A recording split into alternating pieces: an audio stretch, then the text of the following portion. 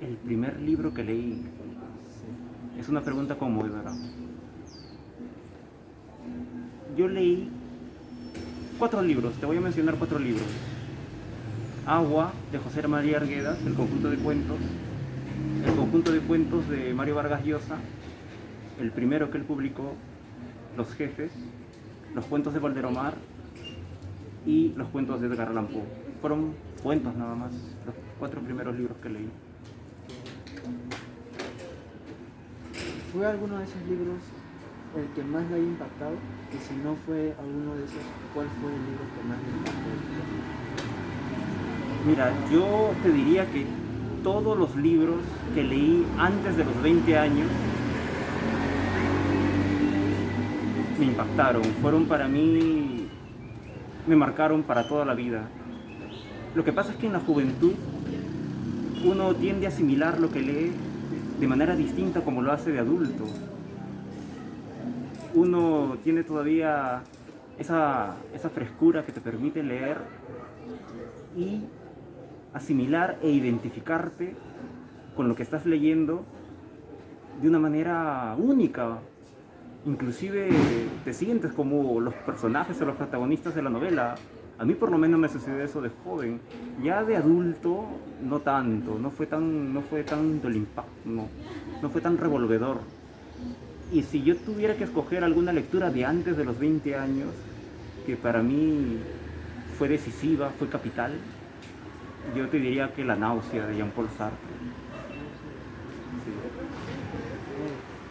Y ahora, usted es narrador, pero ¿en algún momento de su vida ha tomado una pluma o un teclado para intentarse escribir un libro o unos pequeños versos como si fuese un escritor?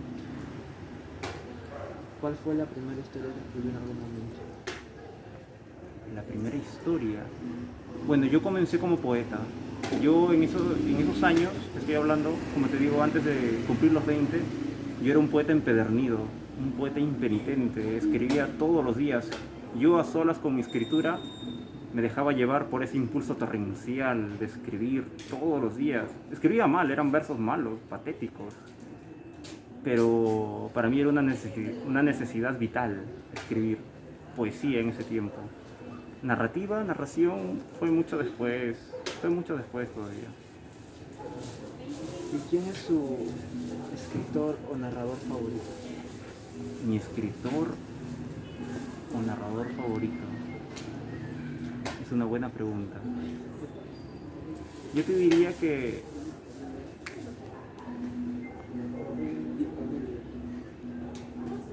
Sartre, el que te mencionaba, el autor de La náusea, fue un autor que fue decisivo, me marcó en mi época juvenil, sí, porque luego de La náusea quise leer más de él, ¿no? O sea, seguí toda la trayectoria narrativa de Jean-Paul Sartre hasta el final. Sí, yo te diría que Sartre. Sí. ¿Qué personaje de un libro que haya leído usted le hubiese gustado ser? ¿Qué personaje de un libro que he leído me hubiera gustado ser?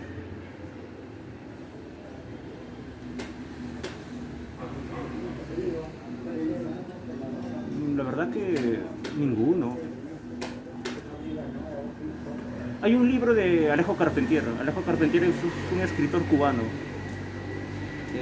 Es más conocido por su libro, por su novela. ¿Cómo se llama la novela de Alejo Carpentier? El siglo de las luces. Es más conocido por esa novela, pero él tiene otra novela, una novela breve, que se llama Concierto Barroco. En esa novela él tiene un personaje histórico, un personaje que en verdad existió, que fue Antonio Vivaldi, el músico, el de las 4 estaciones. No sé si habrán escuchado las 4 estaciones, la melodía primavera, otoño, verano, invierno. Ya pues, uno de los protagonistas de esta novela breve de Alejo Carpentier, ese escritor cubano, es Vivaldi. Y bueno, ahora que lo pienso, me gustaría ser Vivaldi dentro de esa obra. Me hubiera gustado ser Vivaldi dentro de esa obra, Concierto Barroco, porque la vida de Vivaldi, si ustedes la la descubren, la leen, pues es alucinante. Él fue sacerdote, fue cura, pero renunció a ser cura por ser profesor de música. Bueno, en general, sí, te respondería que me hubiera gustado ser Vivaldi en la obra de Alejo Carpentier, Concierto Barroco. ¿Tiene usted alguna manía a la hora de narrar un cuento? No, no tengo ninguna manía, es solamente soy yo, mi escritura y nada más, no existe más nada. ¿Cuál es su lugar favorito o el lugar perfecto para usted al momento de hacer eso? Mi habitación, estar encerrado en mis cuatro paredes, no podría escribir. Conozco autores creo que Jeremías es uno de esos autores todoterreno, ¿no? Que escriben en el micro, te escriben en un parque, te escriben pues, bueno, ¿qué tal? Pero yo solamente dentro de mis cuatro paredes, aislado, incomunicado de todo el mundo, sin ningún ruido. ¿Cuál es el último libro que está leyendo usted? El último libro. Ahorita estoy leyendo el libro de una autora peruana, una cusqueña, Karina Pacheco, Las orillas del aire. Sí, sí. ¿Cuál es su género favorito? Mi género favorito. Bueno, yo ahí tengo el corazón dividido, ¿no? Entre la poesía y la narrativa. No podría escoger. No podría escoger. Ahora, nosotros como estudiantes de quinto de secundaria, hay algunos de mis compañeros que aún estamos por decidir la carrera que queremos tomar, ¿no? Algunos no saben concretamente qué es lo que quieren seguir para su futuro. Le quería preguntar a usted, ¿cómo fue que usted decidió tomar ese camino de ser narrador y economista? No, fue un camino accidentado, sinuoso, porque yo en un principio desdeñaba, o sea, pensaba que la literatura era un hobby, era una afición marginal, ¿no? Mi meta en un inicio era ser economista, estudiar economía, ganarme la vida siendo economista, porque pensaba que la carrera de economía era una carrera seria, ¿no? Una carrera respetable, ¿no? En cambio, literatura, pues, no, creo que es una idea bastante difundida, ¿no? Entre las personas, en la sociedad sobre todo. Pero a medida que avanzaba, que he ido madurando, me he dado cuenta que la literatura es casi tan importante como la economía. Eso lo he venido a descubrir después, en los años precisamente que estudié economía en San Marcos, cuando en vez de ir a la biblioteca de la Facultad de Economía me iba a la biblioteca de la Facultad de Letras a leer, o me iba con unos compañeros. Creo que esto les puede servir a ustedes. Una cosa que descubrí al ingresar a economía era que muchos de mis compañeros tenían una crisis vocacional seria, es algo que ustedes deben evitar. Había gente que no había entrado a economía por tener una vocación, una inclinación íntima, porque le gustase la economía, sino por presión de los padres, porque asociaban economía con dinero y pensaron, eso fue lo que los motivó. Pero ya dentro de la facultad empezó la crisis, ¿no? Empezaron como yo, ¿no? A desertar de economía, irse a las letras, empezar a leer otras cosas, poesía. Y lo que hacíamos, recuerdo que formamos un pequeño grupo, que nos reuníamos en el sótano, así clandestinamente, a escondidas de todos. Furtivamente nos reuníamos en el sótano para recitar versos, algo totalmente absurdo en una facultad de economía. Pero sí, yo conozco a chicos no solamente de literatura, chicos que inclusive tenían vocación por el baile, por la actuación, que no tenían pasta de economistas, pero por la presión social estudiaban economía, y eso es lo que tienen que evitar ustedes, ¿no? O sea, no tienen que ceder ante esa presión y elegir la carrera que en verdad les satisfaga, ¿no? Carrera hacia la cual tengan una verdadera vocación, porque si no van a penar bastante, como yo lo hice al estudiar economía. Y otra pregunta sería que yo estaba escuchando mucho a las personas que con el presidente que tenemos ahora, el presidente Alexander Pedro Castillo, decir que el Perú en unos años iba a volver algo como Venezuela, que la economía se iba a caer, iba a pasar esas cosas, que quizás sí podríamos pasar algo como que lo que pasó, como lo que pasó en el crack del 29, algo así.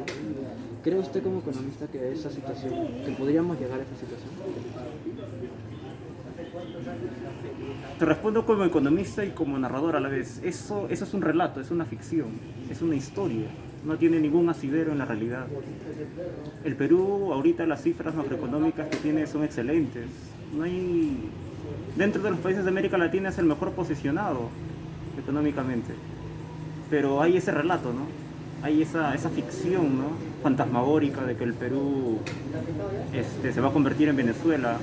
Venezuela ahorita es una situación sui generis, una situación única, singular en el mundo, porque tiene sanciones, tiene un bloqueo económico, hay injerencia del exterior para que ese país se mantenga en crisis, y ese no es el caso del Perú. El Perú lo tiene todo para más bien, al contrario de esa ficción, al contrario de lo que sostiene esa ficción, ese relato, que más se acerca a la literatura que a la economía, eso sí, es más literatura que economía, el Perú lo tiene todo para salir adelante y ser un gran país, en las condiciones, tiene las condiciones para hacerlo.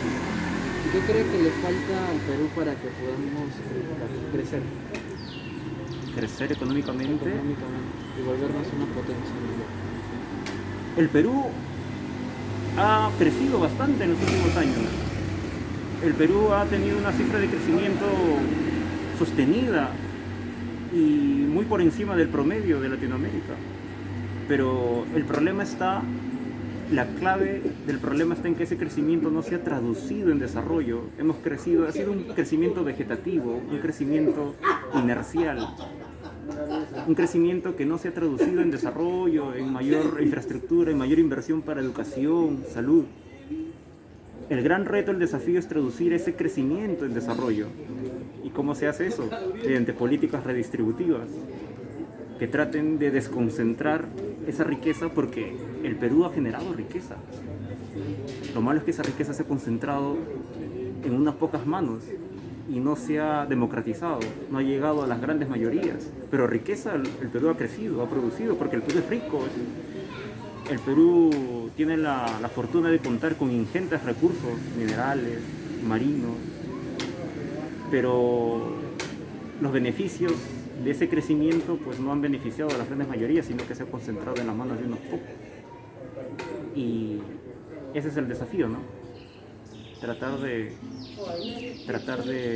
reducir esa concentración. ¿Y cuáles son sus planes a futuro?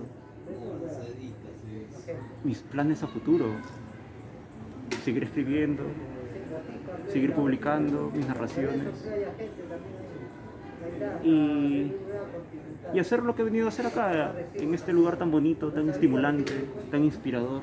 Es la primera vez que vengo al Agustino. Tratar de comunicar, ¿no?, algunas ideas que pienso que pueden ayudar a los jóvenes como ustedes en su desarrollo personal, en las decisiones que vayan a tomar de cara al futuro. Eso, básicamente. Ok, pues eso sería todo. Muchas gracias. Gracias.